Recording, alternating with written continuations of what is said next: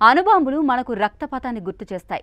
కొన్ని దేశాల చేతుల్లోకి అవి ఎలా వచ్చాయి అన్న విషయం మనకు తెలిసినట్టే అనిపించినా నిజం మాత్రం ఇంకెక్కడో దాగి ఉంటుంది. ఒక చిన్న దేశం ఇజ్రాయెల్ ప్రపంచానికి చెప్పకుండా అణుశక్తిని ఎలా సంపాదించుకుంది? దానికి సహాయంగా వచ్చిన దక్షిణాఫ్రికా దాని సొంత అణుబాంబులను ఎలా కోల్పోయింది? ఇటు ఇజ్రాయెల్ అణు ఆయుధాలను ఇంకా ఎందుకు దాచిపెడుతోంది? ఇజ్రాయెల్ ఒకే ఒక్క పరీక్ష కూడా చేయకుండా ప్రపంచంలో అణుశక్తి ఉన్న దేశంగా ఎలా మారింది? దానికి సహాయపడిన దేశాన్ని చివరికి మోసం చేసిందా? ఇప్పటివరకు మీకు ఎవరూ చెప్పని నిజాలను నేను మీకు చెప్పబోతున్నా. ఇజ్రాయెల్ కథ ఒక చిన్న గాయంతో మొదలైంది.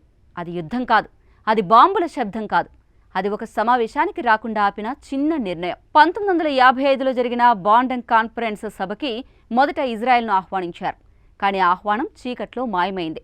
ఈజిప్ట్, పాకిస్తాన్, అరబ్ దేశాలు ఒత్తిడి తెచ్చాయి. ఇండియా కూడా ఒత్తిడికి వణికిపోయింది.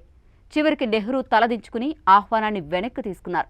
అక్కడే ఇజ్రాయెల్కు నిజమైన ఒంటరితనం ప్రారంభమైంది.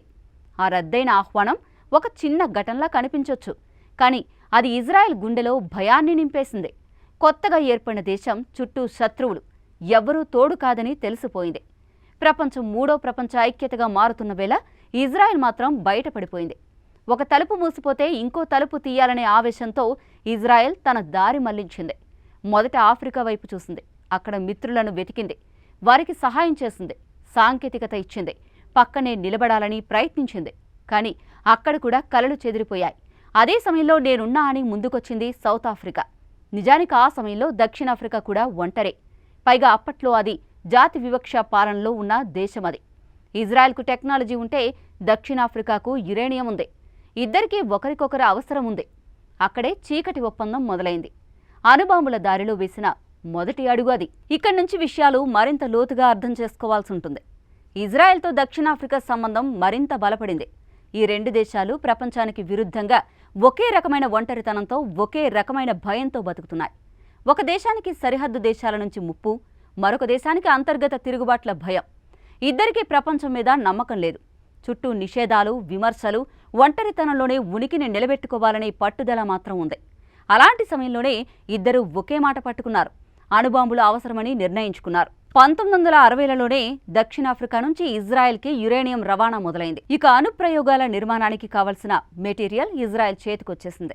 ఈ దశలో ఇద్దరు గోప్యంగా అణుబాంబుల కలను నిజం చేసేందుకు దూకారు.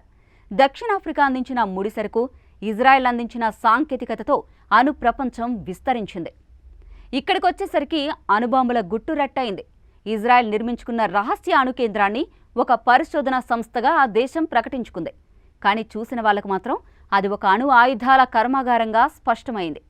ఫ్రాన్స్ సహకారంతో నిర్మించిన ఆ కేంద్రం లోపల భూమిలో తవ్విన సొరంగాలలో అణుబాంబులు నిల్వ చేశారు. అప్పటికే అమెరికా దృష్టి పడింది. కానీ అప్పటికి వాషింగ్టన్లో నిక్సన్ పాలన కొనసాగుతోంది. మరోవైపు దక్షిణాఫ్రికా కూడా వెనక్కి తగ్గలేదు. వాళ్ల దగ్గర ఉన్న ముడిసరుకు, ఇజ్రాయెల్ ఇచ్చిన టెక్నాలజీతో 1970 వచ్చే నాటికి సౌత్ ఆఫ్రికా కూడా సొంతంగా అణుబాంబులు తయారు చేసే స్థాయికి చేరుకుంది. ఇంతలోనే కథ చివరికి ఊహించని మలుపు తీసుకుంది.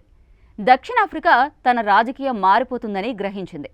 కొత్త పాలన వస్తుందని తెలిసిపోయింది. అప్పుడు వాళ్ళు తీసుకున్న నిర్ణయం చరిత్రలో చిరస్థాయిగా మిగిలింది. చేతిలో ఉన్న అణుబాంబులను నిర్వీర్యం చేసుకుంది.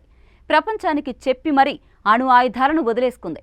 అదే సమయంలో ఇజ్రాయెల్ మాత్రం తలదించలేదు. ఇప్పటికీ ఇజ్రాయెల్ ప్రపంచంలో అణుశక్తిగానే కొనసాగుతోంది. ఇటు దక్షిణాఫ్రికా మాత్రం శాస్త్రీయంగా అణు ఆయుధాలను వదిలేసిన తొలి దేశంగా నిలిచింది.